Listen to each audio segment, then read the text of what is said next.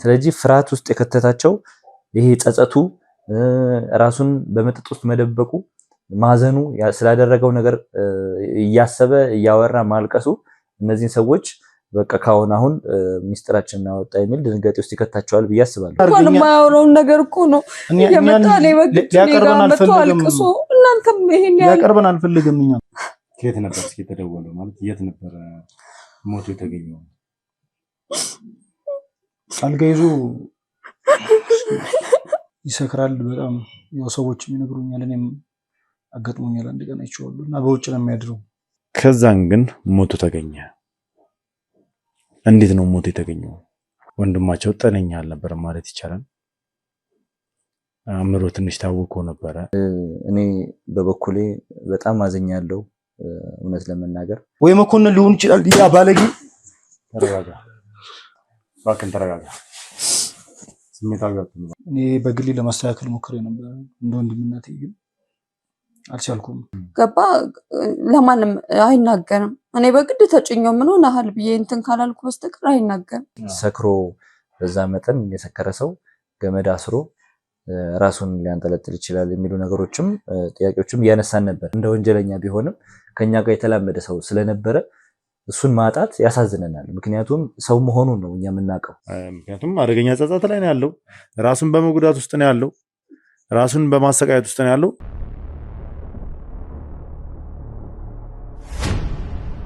እሰይ እልል የሚያስብል ነገር ከዲኤምሲ ሪል ስቴት። ከዚህ በፊት ዝቅተኛ ፍሎር ፈልገው ሳያገኙ የተመለሳችሁ እንዲሁም ለመግዛት እየተዘጋጃችሁ ላላችሁ ደንበኞቻችን ድርጅታችን ሆልድ ያደረጋቸውን ቤቶች ማለትም 18 ቤቶች ብቻ ለሽያጭ አቅርበናል። ቤቶቻችን ከስቱዲዮ እስከ ባለ 4 መኝታ ሲሆኑ ባለ 1 መኝታ 77 ካሬ፣ 95 ካሬ እንዲሁም 99 ካሬ፣ ባለ 2 መኝታ 111 ካሬ፣ 116 ካሬ እንዲሁም ባለ 3 መኝታ ከ130 ካሬ ጀምሮ ማግኘት ይችላሉ። በዚህ ላይ በ10% ቅድመ ክፍያና 60% ባንክ የተመቻቸላቸው ናቸው።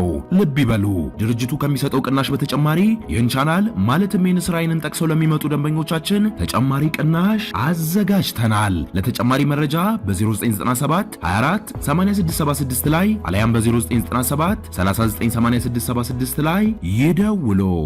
ሰላም ሰላም የተወደዳችሁና የተከበራችሁ ውድ ቤተሰቦች እንደምን አላችሁ? እንደምን ቆያችሁ? እንደምን ከረማችሁ? በያላችሁበት ሰላም እግዚአብሔር እንግዲህ ከሁላችሁ ጋር ይሁን እያልኩ ዛሬ ደስ በማይል ቪዲዮ ነው የመጣሁት። ማለትም ያው ትንሽ የተፈጠረ ነገር አለ። ያ ነገር ትንሽ ሁላችንንም ረብሾናል። ማን ጥሩ ያልሆነ ስሜት ውስጥ እንድንገባ አድርጎናል።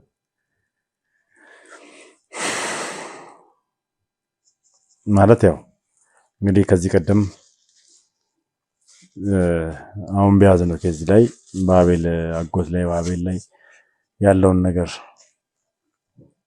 ስንሰራ ስንቆይ ስለ ድርጅቱ ብዙ ነገር ስናጣራ የትዕግስት ወንድም እንግዲህ ሙሉ በሙሉ የድርጅቱን ውክልና ወስዶ እየሰራ እንደነበረ መረጃው ደርሶን ያንን መረጃ በማጠናከር ላይ ሳለን እንግዲህ የገዛ እህቱን እንኳን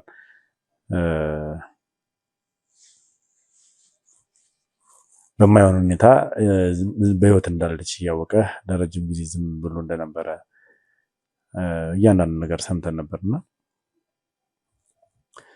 ዛሬ የተፈጠረው ነገር ሁሉንም ሰው ሀዘን ውስጥ የከተተ ሁሉንም ሰው ድንጋጤ ውስጥ የከተተ ነገር ተፈጥሯል። ምንድነው? ያው እንደምትመለከቱት ይሄ ቤተሰብ ሀዘን ላይ ያለ ቤተሰብ ነው። እንግዲህ ከጎኔ የትዕግስት ወንድምና የትዕግስት አክስት ልጅም ይገኛሉ ዛሬ ከኔ ጋር። ምንድን ነው የተፈጠረው የሚለውን ነገር አብረን እንሰማለን። በእርግጥ ሀዘን ላይ ያለን ሰው እንደዚህ አይነት ነገር እያነሱ መጠየቅ ተገቢ አይደለም። ነገር ግን ያው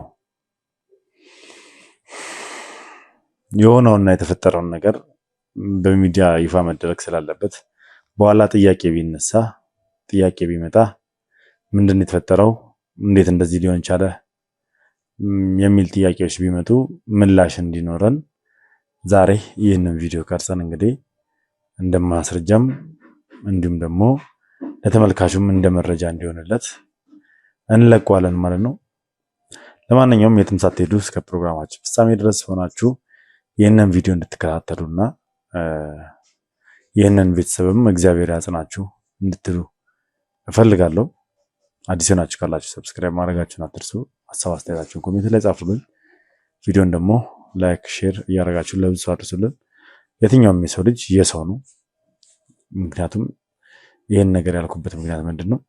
የሰው ልጅ በምድር ላይ ሳለ ብዙ ነገር ይሰራል። መጥፎ ስራ ይሰራል፣ በጎ ስራ ይሰራል። መጨረሻችን ግን ወደ ያውና ዘላለማዊው ቤታችን ወደማይቀርበት ህይወት ወደ ሞት መሄዳችን የማይቀር ነው። ፈጣሪያችንም ወደዚህ ምድር ላይ ሲያመጣን ባለንበት ጊዜ መልካም ስራን እየሰራን እኛንም ሰዎችንም እያስደሰትን እግዚአብሔርን እያስደሰትን በቃሉ ታምነን ለቃሉ ታዘን እንድንኖር ከተፈቀደልን ጊዜ በላይ መቆየት አንችልም። ያው እንድንኖር የፈቀደልን ጊዜ ኖረን ከዛ በኋላ ወደሱ መሄዳችን የማይቀር ነውና ዛሬም እዚህ ቤት ውስጥ የሆነው እንግዲህ ይሄ ነው። ምንድነው የተፈጠረው የሚለው ነገር አብረን እንሰማለን። የትም እንዳትሄዱ እስከ ፕሮግራም ፍጻሜ ድረስ በድጋሚ አብራችሁ ይሁኑ። መልካም ቆይታ።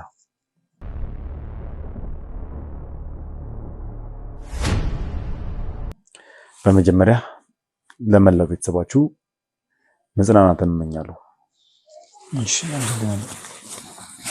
ያው ቅጽበታዊ ነው ሁሉ ነገር፣ ድንገት የሆነ ክስተት ነው። ነገሩ ምን እንደሆነ ባናቅም ሁላችንም አስደንግጦናል፣ አወዛግቦናል። እንዴት ተፈጠረ፣ እንዴት ሆነ? ይሄን ነገር እንግዲህ በደንብ ነው ከዚህ በኋላ ልናየው ልንመለከተው የምንችለው። ግን እስኪ የሆነውን ነገር ብታስረዳ እንዳለኝ ምንድን ነው የተፈጠረው?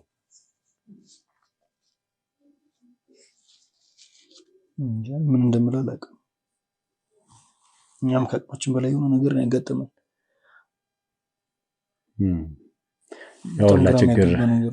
ያውላ ችግር ያውላ ፈተና በቤተሰባቸው ላይ መደራረቡ ሳያንስ አሁን ደግሞ ድንገት ያልተፈጠረ ነገር ድንገት ያልታሰበ ነገር ተፈጥሮ እንግዲህ ቤተሰባቸው ላይ ሌላ ዱብዳ ሆኗልና ጉዳዩን በጥልቀት የምታብራራልኝ ደስ ይለኛል። ያው እናንተ ምን የምታውቁት ነው ከዚህ በፊት ያለው ነገር። ያው እሱ ጋር በእህታችን ጉዳይ ያለ መጣጣም ነገር ነበረ። ያው ከዛ በኋላ ያለውን ነገር እኔ በግሌ ለማስተካከል ሞክሬ ነበር እንደ ወንድምነቴ፣ ግን አልቻልኩም። ምንም ያልሆነ ስሜት ውስጥ ነው እሱ የነበረበት ሁኔታ ምንም ደስ የማይል ስሜት ውስጥ ነበር። እኔ በቃ ሁሉ ነገር ይቅርና የድሮ ወንድምና እህትነታችን ይበልጥብናል ብዬ ብዙ ነገር ብዬው ነበር። በጣም ብዙ ነገር ያደርጋል፣ ይጠጣል፣ ይሰክራል። በጣም ያው ሰዎች ይነግሩኛል፣ እኔም አጋጥሞኛል። አንድ ቀን አይቼዋለሁ እና በውጭ ነው የሚያድረው። ጭራሽ ከዛ ጊዜ በኋላ ራሱ የመገናኘት እድላችን በጣም ጠባብ ነበር። እኔም በጣም ብዙ ጥረት አድርጌያለሁ፣ በጣም ሞክሬያለሁ፣ አልቻልኩም። ደግሞ ከአቅም በላይ ነው የሆነው በጣም። እኔ እኮ ይቅርታ አድርጌለት ነበር፣ አላውቅም እሱ እንደዚህ የሆነበት ምክንያት አሁንም ቢሆን ራሱን ያጠፋል ብዬ እኔ አላስብም። እሱ ራሱ በጣም ግራ ነው የገባኝ።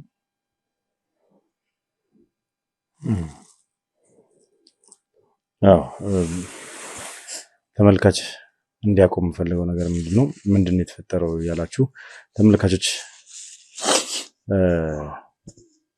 እየተጨነቃችሁ እንዳላችሁ እርግጠኛ ነኝ። ነገሩ ምንድን ነው የሆነው? እንግዲህ ከትዕግስት መገኘት በኋላ ሙሉ በሙሉ ወንድማቸው ጤነኛ አልነበረም ማለት ይቻላል። አእምሮ ትንሽ ታውቆ ነበረ። በጣም ራሱን እላፊ ጭንቀት ውስጥ ከቶ ነበረ በሆነው ነገር በጠቅላላ። በዛም የመጣ እንግዲህ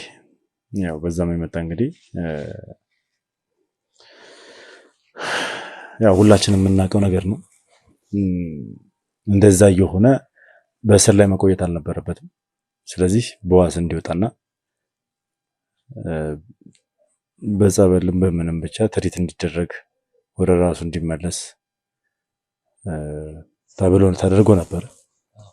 ሁላችንም ያው አይተናል፣ የተፈጠረውን ነገር የሆነውን ነገር አይተናል። ምክንያቱም ከትዕግስት መገኘት በኋላ ፍጹም ጤነኛ የማይባል እህቱ ላይ በፈጸመው በደል እህቱ ላይ ባደረገው ነገር ፍጹም የማይባል ጤነኛ ያልሆነ ስሜት እያሳየ ነበረ።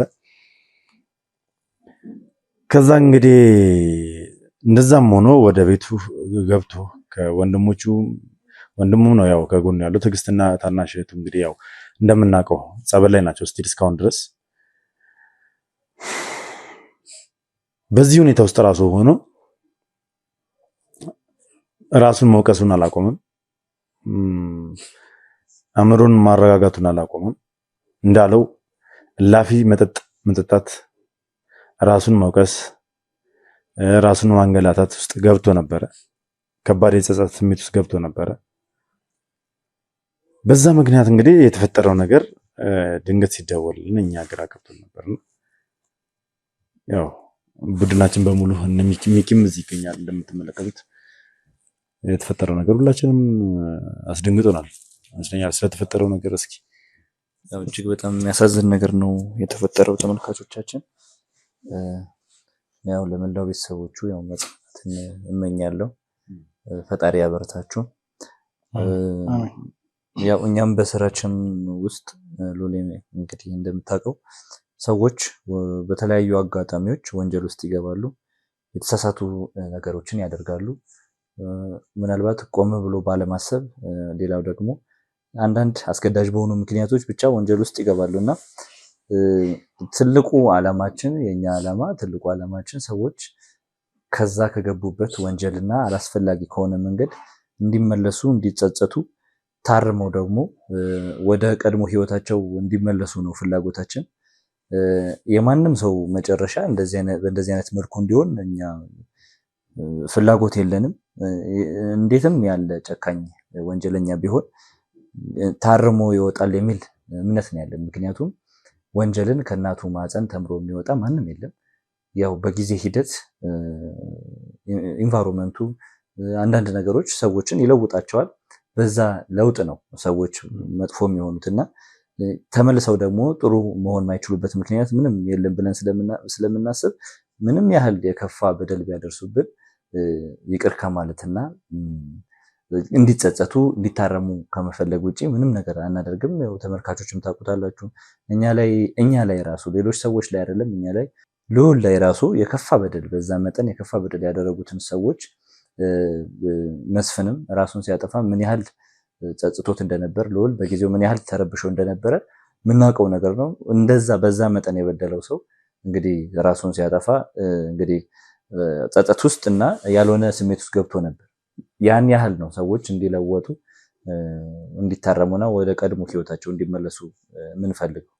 እዚህ አሁን ወንድማችን ላይ የሰማነው ነገር እጅግ በጣም ያሳዝናል። እውነት ለመናገር ልዑል ለቲሙ ሲናገር በጣም ነው ያዘንነው።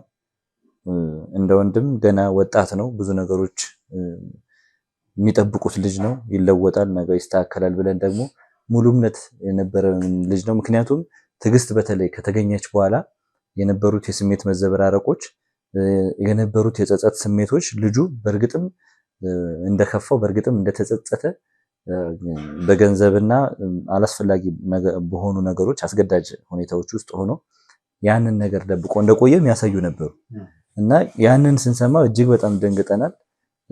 እኔ በበኩሌ በጣም አዝኛለሁ። እውነት ለመናገር ነፍሱን በአጸደ ገነት እንግዲህ ፈጣሪ እንዲያኖረው እመኛለሁ። እናንተንም ፈጣሪ ያበርታችሁ። እኛ ዓላማችን ከበፊት ምን እናገራለን፣ ስህተት የሰሩ ሰዎች እንዲታረሙና ወደ ጤናማ ህይወት እንዲኖሩ እንዲመለሱ ነው ዋነኛ ፍላጎታችን። ከዚህ ቀደም በተደጋጋሚ ጊዜ ለሚዲያም ያሳወቅነው ነገር ነው። ምክንያቱም ፊት አትሸፍኑ፣ ለምን ፊት ትሸፍናላችሁ፣ ወንጀለኞች ይጋለጡ በሚባልበት ሰዓት እነዚህ ወንጀለኞች ቤተሰብ አላቸው። በእነሱ ወንጀል የመጣ ቤተሰቦቻቸው መሰደብ መወቀስ የለባቸውም። ልጆች ይኖራቸዋል፣ እናት አባት፣ ባለቤት፣ እህት፣ ወንድም ይኖራቸዋልና በእነሱ ጦስ የመጣ ቤተሰብ የሚሰደብበት ምንም አይነት ምክንያት የለምና ለዛም ሲባል ፊታቸው ለደህንነታቸው ሲባል ይሸፈናል። ምክንያቱም አንድ ወንጀል የሰራ ሰው ልጅ የሌባ ልጅ ተብሎ ወይ ደግሞ የነፍሰ ገዳይ ልጅ ተብሎ ሲጠራ በየትምህርት ቤቱ በጓደኞቹ መሃል ሲሰደብ ማየት ከባድ ነው። ያንን ስለማንፈልገው ከዛም ባሻገር ደግሞ ከዛም አልፎ ተርፎ ታርሞ ማለትም በህግ ቁጥጥር ስር ሆነው በማረሚያ ቤት ውስጥ ገብተው ታርመው ሲለቀቁ ወደ ኖርማል ህይወት ወደ ማህበረሰቡ ተቀላቅለው ጤናማ የሆነ ህይወት እንዲኖሩ ከመፈለግ አንጻር ነው ይህን ነገር የምናደርገው። ምክንያቱም ሁሉም የሰው ልጅ እድሜ ልኩን ስህተት እየሰራ አይኖርም። የሆነ ጊዜ ላይ ትምህርት ይወስዳል ከህይወቱ። የሆነ ጊዜ ላይ የተፈጠረውን ነገር ማገናዘብ ይጀምራልና ያንን በማሰብ እንግዲህ ፊታቸውን እየሸፈንን እንትንል ነበር። አሁንም ወንድማችን ላይ የተፈጠረው ነገር ብዙ በደልም ፈጽሟል። የገዛ እህቱ ላይ፣ ቤተሰቡ ላይ፣ ሀገር ላይ፣ ወገን ላይ ብዙ በደል ፈጽሟል። ነገር ግን ያው የሰው ልጆች ነን፣ ስህተት አይጠፋንም፣ ፍጹም አይደለንም። ስለዚህ ይህ ሰውም እንግዲህ በህግ ቁጥጥር ስር ሆኖ ታርሞ እንዲወጣ ብለን እንግዲህ አሳልፈን ሰጥተን ነበር። ነገር ግን የሆነው እና የተፈጠረው ነገር ምንድነው? ያው ትንሽ እሱ እንዳለውም ሚኪ እንግዲህ በውስጡ ሲያብሰለስለው የቆየው ችግር ነው ማለት የሰራውን በደል የፈጠመውን ተግባር በጠቅላላ በራሱ ሲያወግዘው ቆይቷል። ራሱ ሲጸጸትበት ቆይቷል። እህቱ ላይ ያደረገው ነገር በጠቅላላ እንደ ውስጥ ቁስል ሆኖ ሲበላው የቆየ ነገር ነው እና ምንድነው በስተመጨረሻ እንግዲህ እህቱን እኛ ካገኘና በኋላ የእህቱን ሁኔታ እንደዛ ካየ በኋላ ከወንድሟ ጋር ስትገናኝ ወንድሟ ይብንዳኒ እዚህ ጋር ያሳየው ነገር የገዛ እህቱ ያሳየችው ነገር እሱ ከቤተሰቡ ተለይቶ ተገነጠለ፣ ከቤተሰቡ ተገለለ። ያ ደግሞ ከዘመድ አዝማድም ጭምር ያገላልና ያ እላዩ ላይ ጫናም ፈጠረበት። ከበደለው ከጸጸቱ ጋር አንድ ላይ የሰራው ስራ ሰው ሲያገለው ቤተሰብ ዘመድ አዝማድ ሲያገለው ብቸኝነቱ ሲታየው ያኔ እላፊ ጭንቀት ውስጥ ገብቶ ነበረ። ከወጣ በኋላ እንደነገርኳችሁ በመጠጥ በተለያየ ነገር ውስጥ እያሳለፈ ነበር። ከዛን ግን ሞቱ ተገኘ። እንዴት ነው ሞቱ የተገኘው? እስኪ ይህን ነገር እናወራበት። እስኪ ወደ እናንተ ልምጣና ያው አንቺም ያክስቱ ልጅ ነሽ።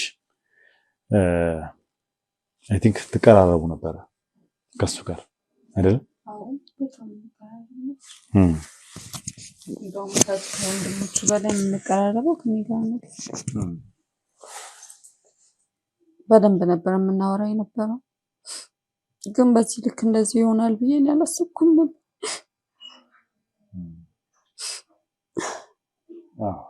ማለት ያው ብለሽኛል በጣም ከአንቺ ጋር ቀረቤታ እንደነበራችሁ ምናምን፣ ነገር ግን ስለ እህቱ ከዚህ በፊት የደበቃቸውን ነገሮች ምናምን ነገር ግን ግልጹ ነው አልነገረሽም? ነግሮሽ አለ? በጭራሽ።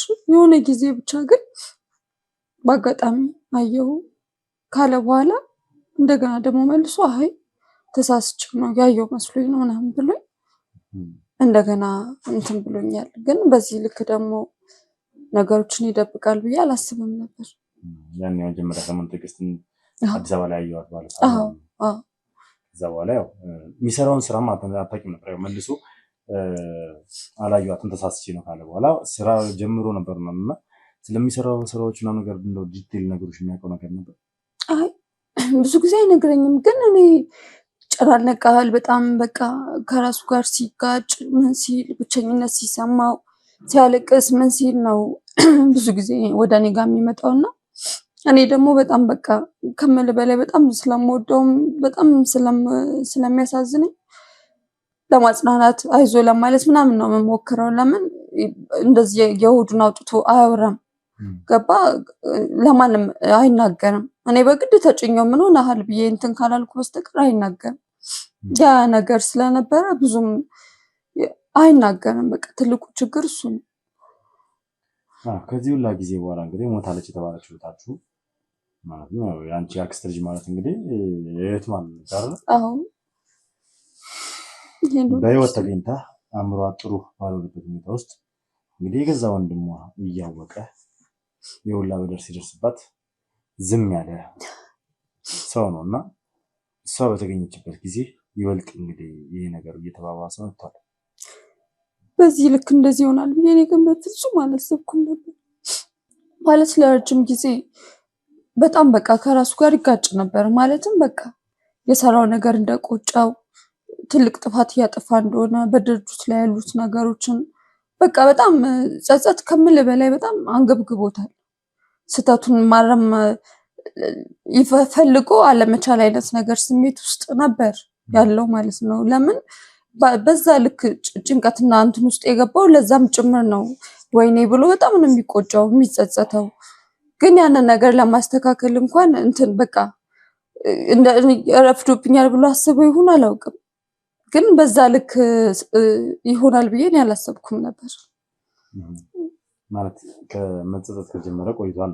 አዎ በጣም ይቆጫል። በጣም ጥፋት እንዳጠፋ ምናምን እየሄደበት ያለውን ነገር ማለት የሚሰራውን ስራ በግልጽ ነገሮች ያውቃል።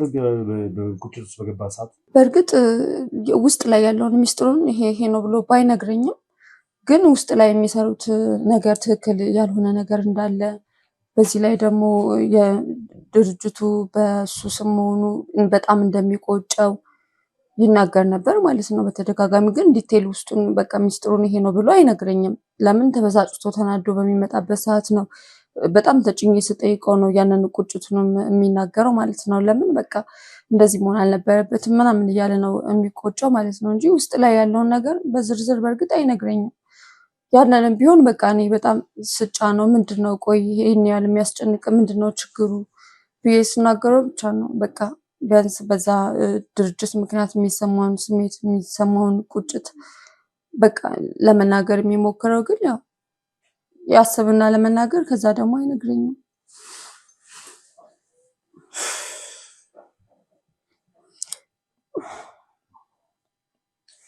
ቆይ በስተመጨረሻ ምንድን ነው የሆነው? ከእስር ቤት ማለት እንግዲህ በዋስ ወጣ በህመም ምክንያት ወጥቶ እንግዲህ መጠጥ ላይ ያዘውትርና ምናምን ነበረ። ከዛ እንዴት ነው ማለት ሞቷል ተብላችሁ ሊገኝ ይቻለው? በምን ታምር ነው? እስኪ ንገሩኝ። ማለት እንደነገርኩ በጣም በቃ ራሱን ለመጉዳት በጣም ያላደረገው ነገር የለም። መጠጣት ከሚገባው በላይ ነው የሚጠጣው። በጣም ራሱን ጎድቷል። በጣም ራሱን ያስጨንቃል። በጣም በቃ ከምል በላይ ስቃይ ውስጥ ነበር። ማንም ችግሩን የገባው የተረዳው ሰው የለም እንጂ በጣም ይጨነቅ ነበር። ያንን ጭንቀቱን ለመርሳትም ጭምር ነው ላፊ ይጠጣ የነበረው፣ ይሰክር የነበረው፣ ከሰው ጋር ይጋጫል፣ የተለያየ አዳዲስ ጸባዮች ያመጣል። ያ ሁሉ ከጭንቀቱ ብዛት ነው ብዬ ነበር አስቤ ነበረው እና ያንን ነገር እንዲተው ያቀሜን ሞክሬ ነበር። እሱ ግን በቃ ምንም እንትን ሊል አልቻለም፣ ሊረጋጋ አልቻለም። ለምን ከዕለት ወደ ዕለት እየባሰበት ከዕለት ወደ ዕለት ራሱን ማስጨነቅ፣ ጭንቀቱን ለመርሳት መጠጣት፣ ሌላ አዳዲስ ጸባይ ነው ማምጣት የጀመረው። በዛ መሀል ውስጥ ሆኖ እንግዲህ በዚህ ልክ ሞቶ ይገኛል ብዬ ማሰብ ቢከብደኝም ግን ደግሞ አላውቅም።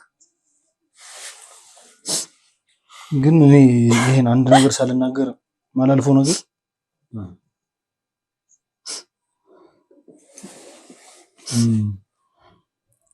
እንዳልኩ በጣም በመጠጥ ውስጥ ነው ራሱን የሚያሳልፈው። እኔም ጋር ከተገናኘን ብዙ ቀን ሆኗል፣ በጣም ብዙ ቀን ሆኖናልና ያው እንዳልኩ ለነገረው ብዙ ነገር ላስተካክል ሞክሬ ነው።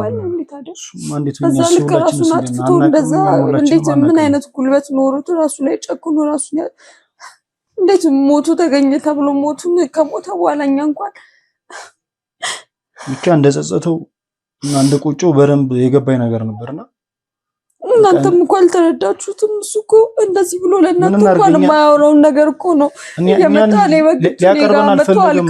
እናንተም ይሄን ሊያቀርበን አልፈልግም። እናንተም ልትረዱት አልሞከራችሁም ይመስለኛል። አላውቅም በቃ እና በዛ ልክ እንደዛ በብቸኝነት ሲሰቃይ ማን አጠገቡ ነበር? ሲጨንቀው፣ ሲያለቅስ፣ ሲሰክር ስንት ነገር ሲሆን አልነበር እንዴ? እሱ እኮ በብቸኝነት ተሰቃይቷል፣ በጸጸት ተሰቃይቷል። ግን የሚረዳው ሰው አልነበረም። እኔ ጋር መጥቶ ነው የሚያለቅሰው። እኔ ብዙ ሞክሬያለሁ። ያኔ ሳንቻ ማክረሻል ግን ካቅሜ በላይ ሆነ። ጭንቀቱ ልክ አጣ በቃ። ግን ይሄን ያህል በዚህ መንገድ ሞቱን እሰማለሁ ወይ ይሞታል ብዬ አስቤ አላውቅም ነበር። ከየት ነበር እስኪ የተደወለው? ማለት የት ነበር ሞቶ የተገኘው? አልጋ ይዞ አልጋ ላይ ነው የተገኘው። እንዳልኩ ከቤት እኔም ጋር ከተገናኘን ብዙ ጊዜ ሆኖናል። በውጭ ጠጣል፣ ሁሉ ነገር የሚያደርገው በውጭ ነው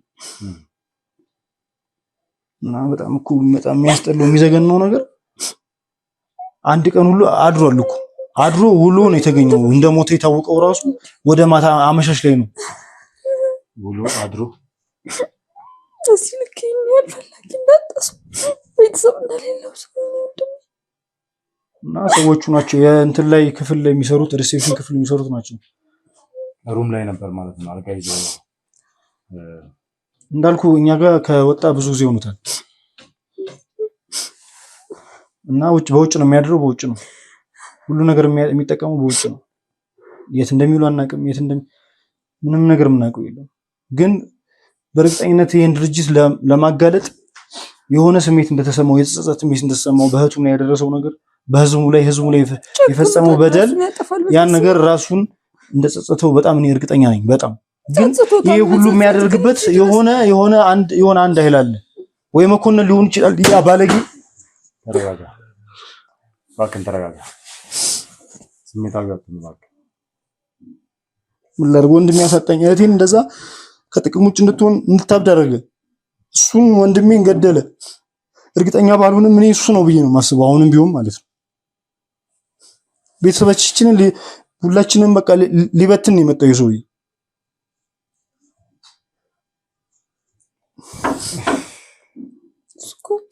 በቁም እኮ በጭንቀት ራሱ እኮ ስንት ጊዜ እንኳን እኮ በእርግጥ እኔ አሁን ለምን ቤት አለው ተከራይቶ ነው የሚኖረው። ለምን ቤት ማደር እንዳልፈለገን ግልጽ የሆነ ነገር የለም። ምናልባት ግን ያው እዛ ይፈልጉታል፣ እያሳደሩት ነው እኮ የሚውሉት። አዎ ምክንያቱም እንደተጸጸተ ያውቃሉ። እነሱም ጋር እርግጠኛ እንዳልገጠመ ያውቃሉ። ራሱ እኮ የሚጨነቀው የሚበሳጨው የሚያደርገው እኮ ነው ግራ የሚገባው። ብቻውንማ ሲሆን ጭራሽ ይብስበታል። ጭራሽ ነው የሚብስበት ጭንቀቱ። አዎ ሌላው ደግሞ ያው የነበረበት ጸጸቱ ምኑም ያው መጠጥ ውስጥ እንዲደበቅ ስላደረገው ሩም ላይ ምናምን ነበር የሚያድረውና ከዛ በፊት የነበሩት ቀናትም እንዴት ነበር የሚያሳልፈው የሚለውን ነገር ከጓደኞቹ እዛ መሸታ ቤት የሚያመሽበትን ቤት ያው እንደምታውቀው ለማጣራት ሞክረናል። ያገኘናቸው አንዳንድ መረጃዎች አሉ። በተደጋጋሚ እዛ ቤት ውስጥ ያዘወትር እንደነበረ ረጅም ቀናትን ሰክሮ ነው ሲወጣም ሰክሮ ነው የሚወጣውና እንደውም የመጨረሻው ወጪ ነበር እሱ የሚሆነው። በጣም ሰክሮ በቃ ካልወጣህ ተብሎ ነበር የሚወጣው ሲነግሩን። ያው ይሄ ያመጣው ጸጸት ያደረገው ነገር የከተተው ነገር ነው። ሌላው ደግሞ ያው የሞተበት መንገድ ትንሽ ራሱን ለማጥፋት የነበረበት ጭንቀት የነበረበት ሁኔታ ትንሽ ከባድ ነገር ውስጥ ከቶት ነበር ብዬ አስባለሁ። ያው ሻወር ቤት ላይ እንትን አለች ብረት አለ እና እዛ ላይ ነው ገመድ እንትን ብሎ። በእርግጥ ሆቴሉ ትልቅ ሆቴል ነው፣ ግን እዛ ብረት ነገር አለ፣ ቋሚ ብረት ነገር እንዴት እንደተሸከመውም አላውቅም። እንዴት አሁን አንዳንድ ጥያቄ የሚሆኑ ነገሮችም አሉ። እንዴት ሰክሮ በዛ መጠን የሰከረ ሰው ገመድ አስሮ ራሱን ሊያንጠለጥል ይችላል የሚሉ ነገሮችም ጥያቄዎችም እያነሳን ነበር። ሌላው ደግሞ አንድ እያጣራ ነው ያለ ነው ትልቅ መረጃ ሊሆነን የሚችል ነገር አለ። ቤቱ ራሱ የሱ መኖሪያ ቤት ያው ለማየትም ሄደን ነበረ። እዛ ያገኘነው አንድ ደብዳቤ አለ። እሱ ምናልባት አንድ ፍንጭ ይሰጠናል ብዬ አስባለሁ። ግን ወንድማችን በእንደዚህ አይነት ሁኔታ ነው ህይወቱ ሊያልፍ የቻለው። ማን ነው የሰው እጅ የሁለተኛ የሰው እጅ አለበት የለበት የሚለውን ነገር ወይስ ራሱን በራሱ ያጠፋው የሚለውን ነገር ያው እየተጣራ ያለ ነገር ነው። የሬሳ ምርመራም ተደርጓል፣ ውጤት ነው እየተጠበቀ ያለው። ግን እጅግ በጣም ከባድ የሆነ ሀዘን ነው የገጠመን። ምክንያቱም ረጅም ጊዜ ያው የኛ ቲም ትንሽ ተመልካቾች ትንሽ ለየት የሚያደርገው ነገር ወንጀለኞች ራሱ ከወንጀለኞች ጋር ራሱ ይሄ ተላምደው ምን ብለው ምግብ እያቀረቡ ነው በዛ በዚህ እያለን ያው ትዕግስትን በመፈለግ ሂደት ውስጥ ከኛ ጋር ራሱ የተላመደ ሰው ነው። እንደ ወንጀለኛ ቢሆንም ከኛ ጋር የተላመደ ሰው ስለነበረ እሱን ማጣት ያሳዝነናል። ምክንያቱም ሰው መሆኑን ነው እኛ የምናውቀው፣ ወንጀለኝነቱን አይደለም። እና ያ ሰው ምናልባት ነገሮች ቢስተካከሉና መልካም ሰው ቢሆን የኛ ቲም አባልም ቢሆን የሚችልበት አጋጣሚ ነበር። ግን ቀን ጥሎት ወንጀለኛ ሆኗል። ስለዚህ በወንጀለኛነቱ ራሱ ተላምደ ነው ይህን ነገር ስንሰማ ሙሉ ቲሙን ያዘነው እጅግ በጣም ሀዘን ውስጥ ከቶናል። ግን ያሟሟቱ ሁኔታ እንዳለው ወንድሜ እየተጣሩ ያሉ ነገሮች አሉ። ምክንያቱም መረጃና ማስረጃዎች እንዲሰባሰቡ አይፈልጉም፣ ምስክሮች እንዲሰወሩ ይፈልጋሉ። መኮንን እዛ ድርጅት ላይ እየሰራ የነበረውን ነገር በቅርበት ሆኖ ሙሉ ውክልና ወስዶ እየተከታተለ እያየ የነበረ ሰው ነው። ስለዚህ ያውቃል፣ አንዳንድ ነገሮችን ያውቃል፣ በደንብ በትክክል ያውቃል። እነዛ ሚስጥሮች ደግሞ እንዲወጡ አይፈልግም። በዛ ላይ ደግሞ ከባድ ድንጋጤ ይፈጥርባቸዋል ብዬ የማስበው ነገር ደግሞ የመኮንን ሰዎች ላይ ይህ ሰው መጸጸት ጀምሯል። አንድ ሰው መጸጸት ማዘን ከጀመረ የደበቀውን ነገር ሁሉ ነው የሚያወራው። ስለዚህ ፍርሃት ውስጥ የከተታቸው ይሄ ጸጸቱ፣ ራሱን በመጠጥ ውስጥ መደበቁ፣ ማዘኑ፣ ስላደረገው ነገር እያሰበ እያወራ ማልቀሱ እነዚህን ሰዎች በቃ ካሁን አሁን ሚስጥራችን እናወጣ የሚል ድንጋጤ ውስጥ ይከታቸዋል ብዬ አስባለሁ። ስለዚህ ይሄንን እርምጃም እነሱ ወስደው ሊሆን ይችላል። ግን ያው አካላትም ጉዳዩን ይዘውታል። እኛም በተቻለን አቅም ጉዳዩን እያጣራን እንገኛለን። ትክክል ነው ማለት የተፈጠረው ነገር ሁላችንንም ድንገት ቅስፈት ሆኖብናል። በጣም ከባድ ነገር ነው። ነገሮችን ለማጣራት እየሞከርን ነው። ማለትም ያው እንዳለው ሚኪ እንግዲህ አንድ በጣም የጠጣና የሰከረ ሰው እሰይ እልል የሚያስብል ነገር ከዲኤምሲ ሪል ስቴት ከዚህ በፊት ዝቅተኛ ፍሎር ፈልገው ሳያገኙ የተመለሳችሁ እንዲሁም ለመግዛት እየተዘጋጃችሁ ላላችሁ ደንበኞቻችን ድርጅታችን ሆልድ ያደረጋቸውን ቤቶች ማለትም 18 ቤቶች ብቻ ለሽያጭ አቅርበናል። ቤቶቻችን ከስቱዲዮ እስከ ባለ 4 መኝታ ሲሆኑ ባለ 1 መኝታ 77 ካሬ፣ 95 ካሬ እንዲሁም 99 ካሬ፣ ባለ 2 መኝታ 111 ካሬ፣ 116 ካሬ እንዲሁም ባለ 3 መኝታ ከ130 ካሬ ጀምሮ ማግኘት ይችላሉ። በዚህ ላይ በ10% ቅድመ ክፍያና 60% ባንክ የተመቻቸላቸው ናቸው። ልብ ይበሉ፣ ድርጅቱ ከሚሰጠው ቅናሽ በተጨማሪ ይህን ቻናል ማለትም የንስራይንን ጠቅሰው ለሚመጡ ደንበኞቻችን ተጨማሪ ቅናሽ አዘጋጅተናል። ለተጨማሪ መረጃ በ0997 24 8676 ላይ አለያም በ0997 398676 ላይ ይደውሉ። ራሱን ሩም ውስጥ አንጠልጥሎ ሊገኝ አይችልም፣ አቅም አይኖረውም ብለን እናስባለን።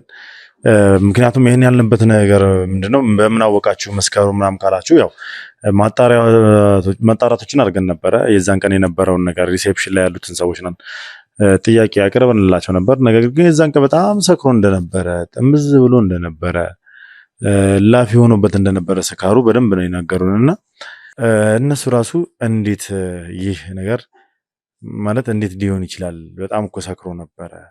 በእርግጥ እያለቀሰ እየተጸጸተ ነበረ። ግን ደግሞ እኛ በንጋታውም ያው ስላልወጣ ከሩም ያሰብነው እኛ ምንድነው ሰክሮ ስላደረ ያው ደክሞት ነው ምናምን ብለን ነበር ያሰብነው። ነገር ግን ቀኑ ሙሉ ሳይወጣም አልፎ ማታ ድረስ ነበረ እና ግራ ቢገባን ቼክ ለመደረግ ሲገባ ነው።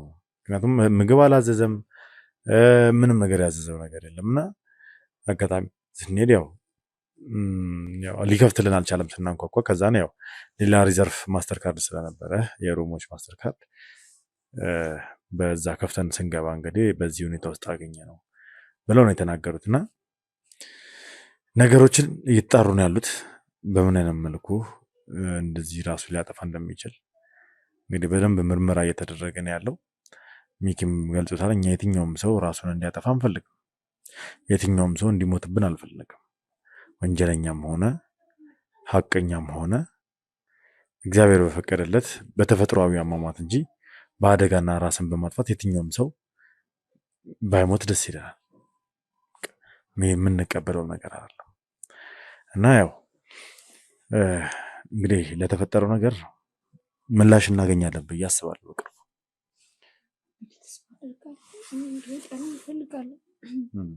በዛ መንገድ ነው። እንዴት ነው? ራሱን አጥፍቶ ነው። ጭንቅላቴ ራሱ ማረፍ አቅቶታል። ምክንያቱም እውነቱን ማወቅ እፈልጋለሁ። በምን መንገድ ነው? ጸጸት ነው፣ እርግጥ ነው ጥፋተኛ ነው። አዎ እሱ ምንም የሚካድ ነገር አይደለም። ግን በዛ ልክ ደግሞ ይሄን ያህል ሞት ደረጃ ድረስ ራሱ ላይ ጨክኖ ያደርጋሉ። ይሄ ማሰብ ከብዶኛል። ግን ሁሉን ነገር ባውቀው ደስ ይለኛል። ቢያንስ ለራሴ መልስ እንድሰጥ በዚህ ምክንያት ነው የሞተው ወንድሜ እላለሁ። ቢያንስ ወይ ደግሞ ከዛ ጀርባም ያሉት አካሎች ካሉ የእነሱንም ነገር ማወቅ እፈልጋለሁ። ምክንያቱም በቃ እንዴት ሞተ፣ ለምን ሞተ የሚሉትን ጥያቄዎች መልስ እፈልጋለሁ። ራሱን አጥፍቶ ነው? አዎ። አይ ሌላ አካልም ደግሞ ነበር ለዚህ ሁሉ ህይወቱ መጥፋት ተጠያቂዎች እንዳሉ የታወቀ ነው። ግን ደግሞ አላውቅም ብቻ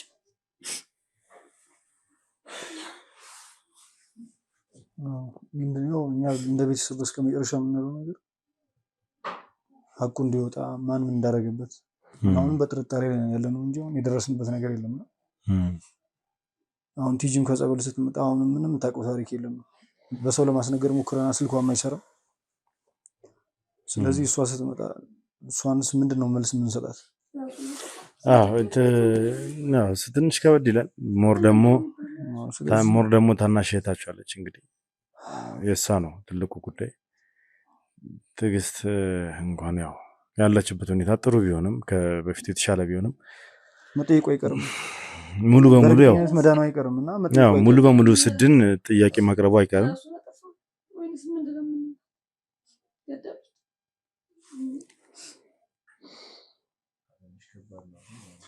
ቻላችሁ ታቀም እናንተ ራሳችሁን ለማረጋጋት መሞከርና ከዚህ የባሰ ደግሞ መጥፎ ነገር እንዳይፈጠር ነው ራሳችሁን መጠበቅ ያለባችሁ። ምናልባት በዚህ ልክ እሱን ለመግደል እንደዚህ አስበው የተነሱት ሁሉ መጨረሻው እንዴት ነው ውጤቱ? እኔ ማወቅ ፈልጋለሁ። መጨረሻው ሁላችንም የመጨረሻውን ውጤቱን ማወቅ እንፈልጋለን። ምክንያቱም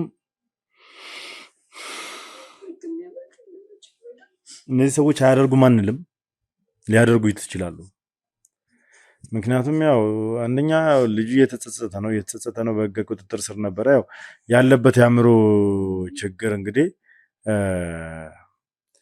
በዛ የመጣ ከስር ላይ በዋስ ስለወጣና እንዲያገግም ስለተፈለገ ከማገገም ይልቅ እሱ ራሱን ጭራሽ ወደ መግደላት ነው ሄዱና ምናልባት ይሄ ሰው ሌላ ነገር ያበላሽብናል ብለው አስበውም የሆነ እርምጃ ወስደውበትም ሊሆን ይችላል ብለን እናስባለን።